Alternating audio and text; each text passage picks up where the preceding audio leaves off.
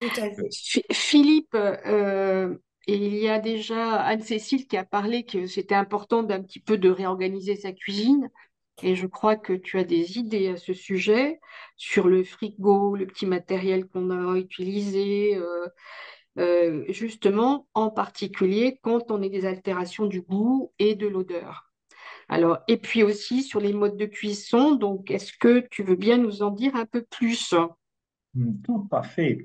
Alors, en résumé de ce que tu as dit, Anne-Cécile, le mot a été dit, mais c'est organisation, réorganisation pour toute la famille. C'est-à-dire que soi-même, quand on est concerné, il faut réunir le clan, lui expliquer que les choses ne vont pas être aussi simples, que ce qu'autrefois on prenait pour du plaisir pur, faire la cuisine peut aujourd'hui devenir désagréable. Dans une étude que nous avons publiée, réalisée en 2010 et publiée en 2012, nous montrons sur 200 personnes interviewées que quasiment 30% d'entre elles, c'est même un petit peu plus, 34% d'entre elles sont dites chassées de leur cuisine, vous imaginez.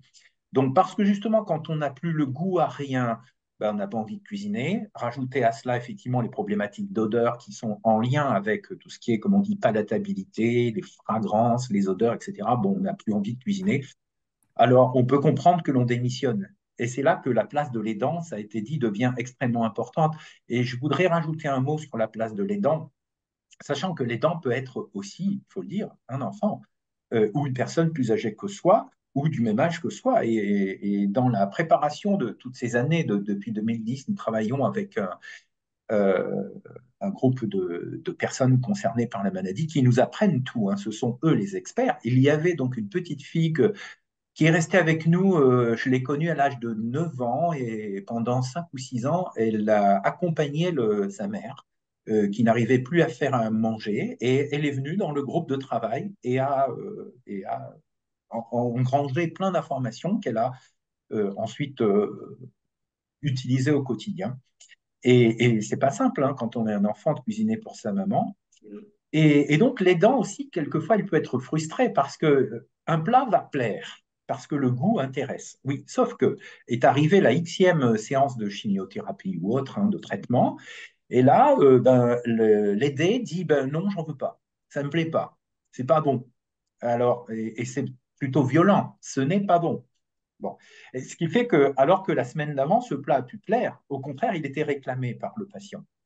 Donc, il faut savoir dire, bon, écoute, c'est pas grave, je vais te préparer autre chose, prendre sur soi. Et d'ailleurs, l'aidant doit être accompagné, d'où GPS Cancer qui en parlait tout à l'heure. Aider les aidants, c'est un aider qui va mieux aussi. Alors, cuisiner, donc effectivement, ma compétence est dans le domaine de la cuisine et pas de la nutrition de sensu stricto. C'est s'alimenter avant tout, donc c'est choisir ses aliments. Ça veut donc dire les conserver. Les conserver, cela a été dit tout à l'heure, avec les idées préconçues, je ne vais pas acheter de boîte de conserve, je ne vais pas acheter de surgelé. Ben si, l'agroalimentaire va nous aider. Ils sont là.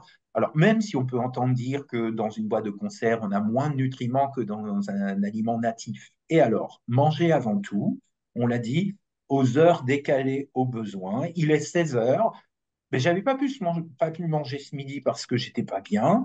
Bon, ben, tout le monde est reparti travailler ou à l'école. Moi, il est 16 heures, je vais ouvrir un placard, je vais ouvrir mon frigo parce que j'ai pensé à l'avance qu'effectivement, les lendemains de chimio vont être difficiles. On sait que tout est séquencé. Je vais pouvoir soit prendre un plat tout prêt, c'était dit tout à l'heure, parce que préparé par quelqu'un d'autre, ou avant la chimio, on se dit que 2 jours avant, on va se préparer ces petites boîtes dans le respect évidemment de la sécurité sanitaire. Ou alors, ben, on se met à cuisiner, mais rapidement, d'où d'ailleurs le nom de Vite fait bien fait, hein, qui a été trouvé par les malades pour ce site internet que j'anime.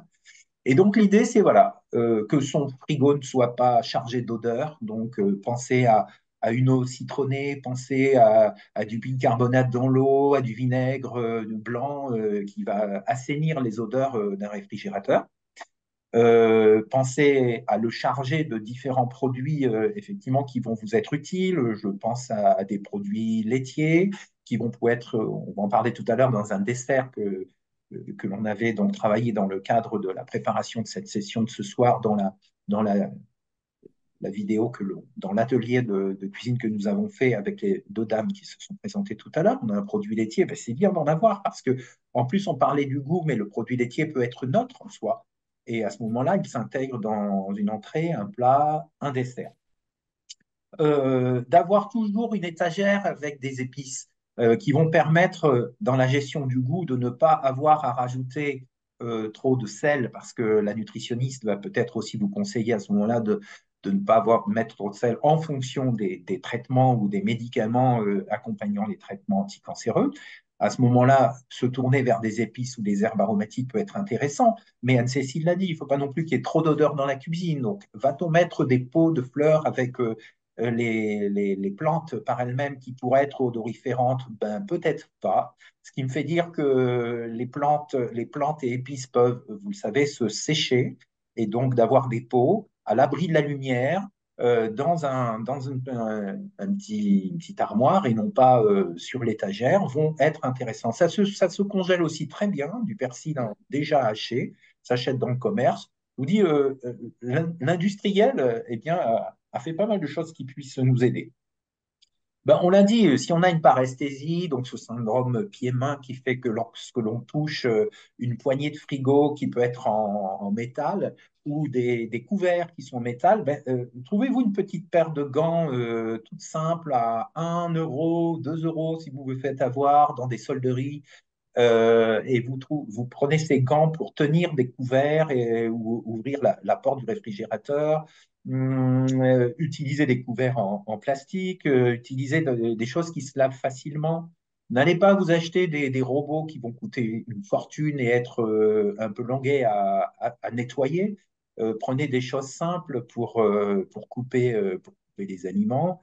Un couteau en céramique qui va être moins lourd qu'un couteau en inox qui fait que ben, vous allez couper vous-même vos aliments. Il y a plein de petites choses comme ça qui font que dans la cuisine, il faut être organisé.